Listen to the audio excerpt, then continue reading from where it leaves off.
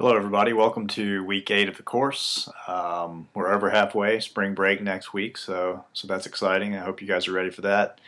But before spring break comes, we have to do the midterm exam, right? So that's coming up this Friday. It's going to be a combination of multiple choice, true, false, like the quizzes. But there's also going to be some short essay questions at the end. Another distinction between the quizzes and the midterm is that it's closed book, right? So even though you're taking it online, I expect you guys not to utilize your notes when your notes or any external materials when you're actually taking the midterm. So when I say short essay, I mean 2 paragraphs, probably something like that, 2 full paragraphs response to the question. Another thing, when you take it, because it will be taken on Canvas, I'll make it available at 7 a.m. on Friday. It will close on midnight on Saturday, just like the normal discussion time frame. So the grades that you initially see when you take it on Canvas won't be accurate because I actually have to go in and grade the short essay questions by hand. So that'll take a bit of time. What else? I posted midterm grades, although they're just, at this point, they're just estimations, right? So that, it can kind of give you a general idea of where you are in the course right now. But there's nothing final about those. One of the things that's sort of misleading is if you look on Canvas and see your percentage on there, your grade percentage, it doesn't take into account your participation. So I factored participation into trying to sort of calculate a rough estimation of what your midterm grades are at this point. So if you guys have any questions about that, you can shoot me an email and we can talk about it.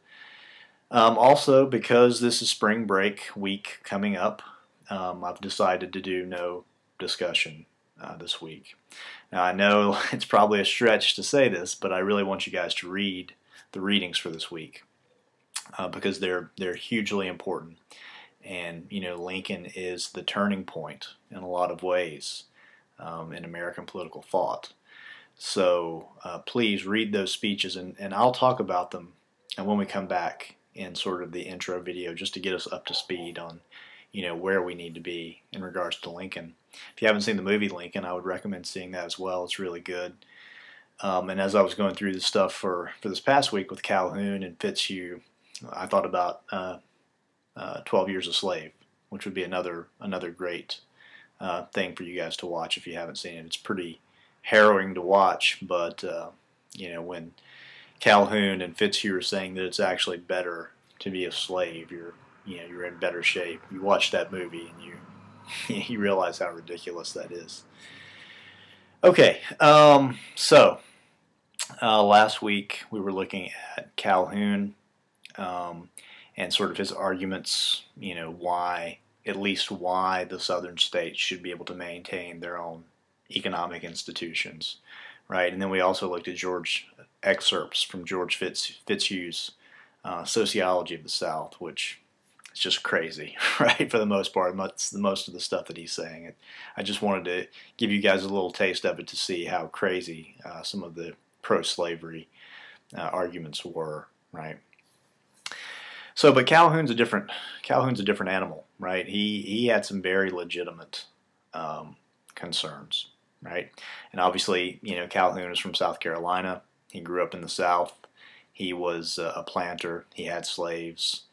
He married into a family that had slaves. So certainly a member of the Southern aristocracy, right? And a very brilliant man. A lot of people compared him to like a mathematics professor or something like that, saying that he never interacted with people on a human level. For him it was all about the abstract ideas, and he constantly worried about these big philosophical and political ideas, and he came up with several different sort of political innovations in political thought. He wanted to implement a system where there were two presidents. And he thought that the people who were elected to government, essentially there should be other things taken into account besides majority. Obviously because he was worried, that the South and the Southern planters were in the minority. So he was very concerned about the majority trampling on on the minority, and he even talks about that in some of the readings where for him it wasn't pure majority rules. There had to be checks and balances, which led into some of the things that he was saying in the speech that I had you guys take a look at, or speeches I had you guys take a look at. So what were some of Calhoun's arguments for why slavery should be allowed in the southern states? Well, one, it went back to sort of any of the powers that are not vested in, explicitly vested in the national government should be reserved for the states themselves. So the reserved clause, right? 10th Amendment, right?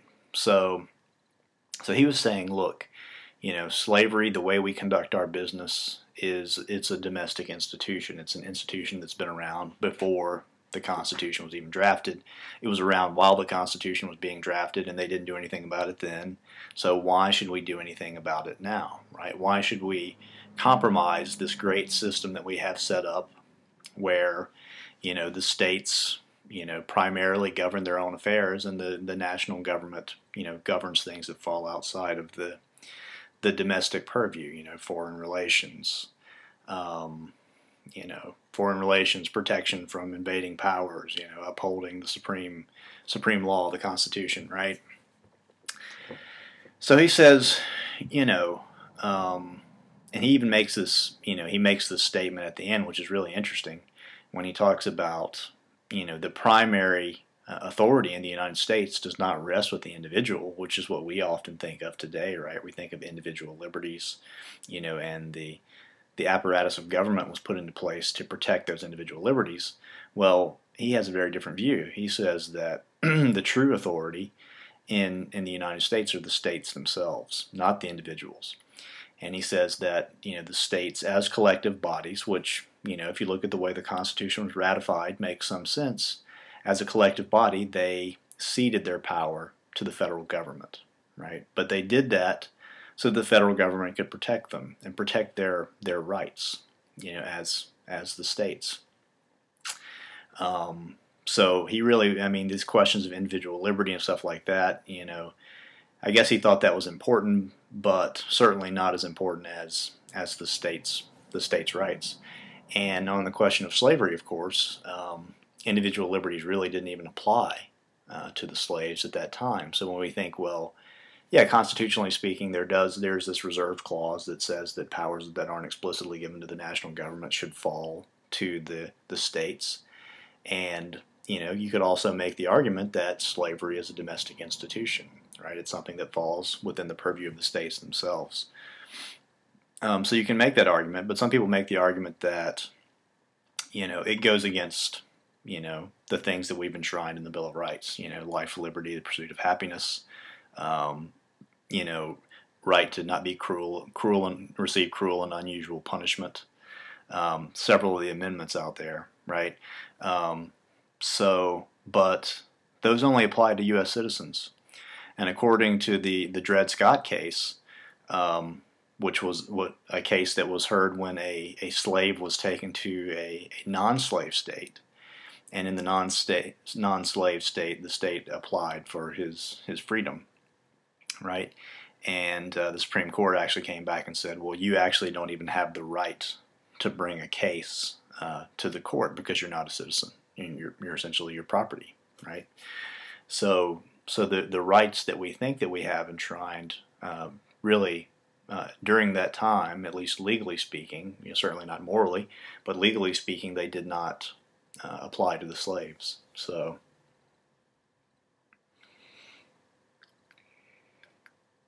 yeah, so he also talks about, regarding the Constitution, another point that he brings up is that in the Constitution, before it even gets to the Bill of Rights, Article 4, Section 4 of the Constitution, allows that every state within the Union have a Republican government, right, where they can essentially look after their own affairs. So that, once again, that's sort of how he gets to this notion that, it's wrong for the national government to try to impose on our domestic institutions.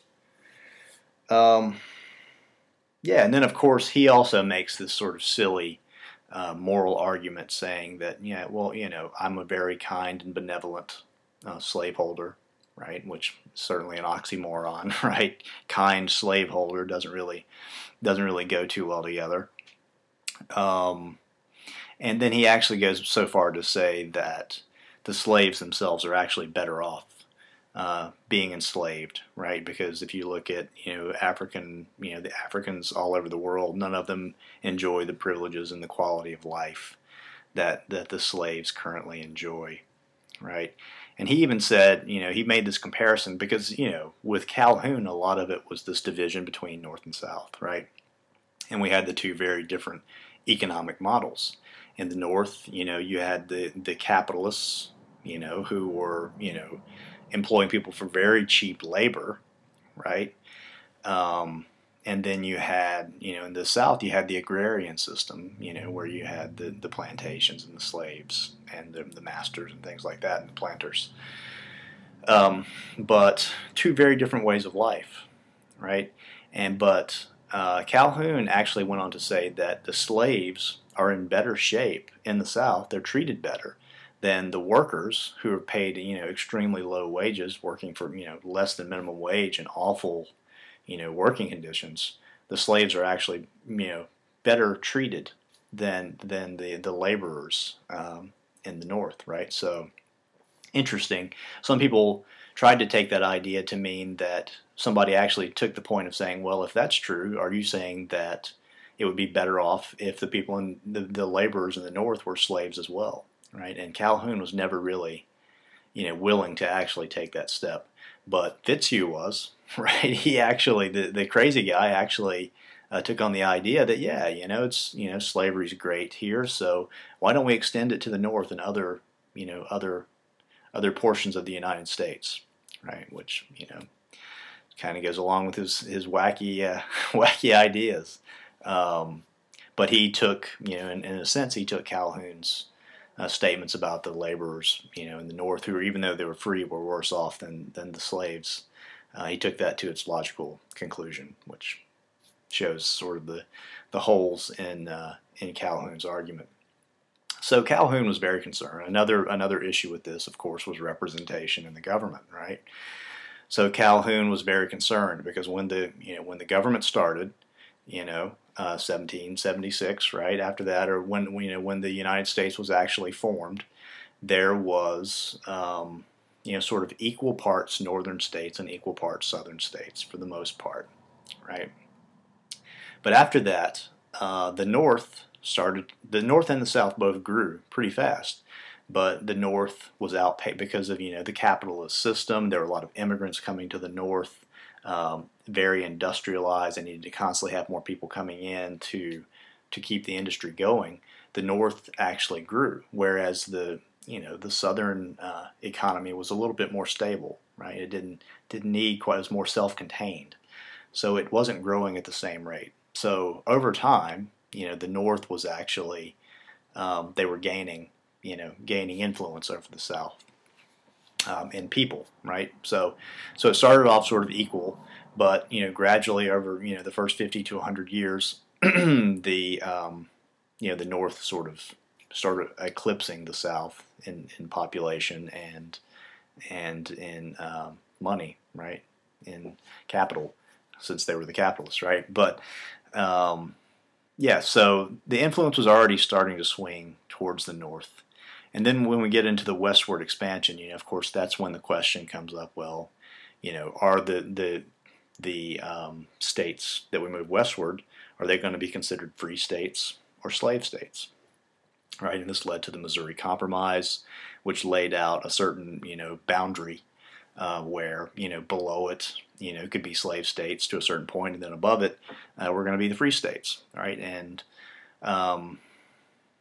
Calhoun talks about that in his speech as well, and he says, I'm not for compromise. I want to stand on the Constitution, right? But if we have to compromise, let's compromise now, because he saw even at that point that things were turning sort of in the other direction against him. But that brings up the point, right? So the North is gaining influence on the South, politically speaking. So in the House of Representatives, the North already well outranked the South in the number of representatives that they had. There were more members of the Electoral College in the North than there were in the South. And with the westward expansion, the western states, at least the ones that were going to be free, would also, increase the influence of the North and decrease the influence or it would definitely decrease the influence of the South, right? So, Calhoun sort of saw the, the way of life of the South sort of slipping away because it was already, they were already outgunned in the House of Representatives, but they were also starting to lose their influence in the Senate, which was sort of the last bastion, right? And that's when he starts talking about this thing about protecting the rights of the minorities, and why he was so, so adamant about relying on the Constitution, the checks and balances, and things like that to make sure that the South's rights were protected, right? And he, he lays it out, right? In his speech, he says, "Look, I can see if we can continue to go on the path that we're going." He says he sees two options in front of him, or somebody's put two options on the table. One is that no states that are admitted to the Union will be slave states, and the other is that slavery should be abolished completely. And he says if that happens, there's going to be a civil war, right? And that's essentially exactly what happened. So Calhoun makes this constitutional argument, right? And I think he had a point to a degree, right, about the states' rights, but ultimately he was wrong, right? Because it's all about this flawed conception of not viewing slaves as citizens and as human beings who have the individual liberties that the United States proclaims. So essentially, the whole question came down to redefining the right, who counts, right, as citizens, who is deserving of these rights. So in a way, it's certainly a civil rights, a civil rights question, even though it's a constitutional question. If you include, if you take the fact that the slaves don't have the individual liberties that are given to the rest of the citizens, then Calhoun's argument is very strong. But once you grant that the slaves have those individual rights and individual liberties, then Calhoun's argument is decimated, right? So at the time, that wasn't the case. But Lincoln, being the visionary that he is, and with a lot of help from other people, saw that. And that's how Calhoun was defeated and how slavery was abolished, in very broad strokes. And obviously there's a lot more to it than that. But anyway, so that was Calhoun and Fitzhugh's craziness about, how African Americans are children and childlike and subhuman and all this, and we're doing them a favor by being, slaveholder, benevolent slaveholders or whatever, which is just crap. But I just wanted to show you that was sort of a very prominent mindset at that time. So anyway, midterm will be going up Friday at 7 a.m., closing Saturday at midnight. Don't use your books. No discussion this week, but please read Lincoln. And as I said, if you haven't seen the movie Lincoln, definitely check it out. Hope you guys have a great spring break, and I'll see you after spring break. Have a good week.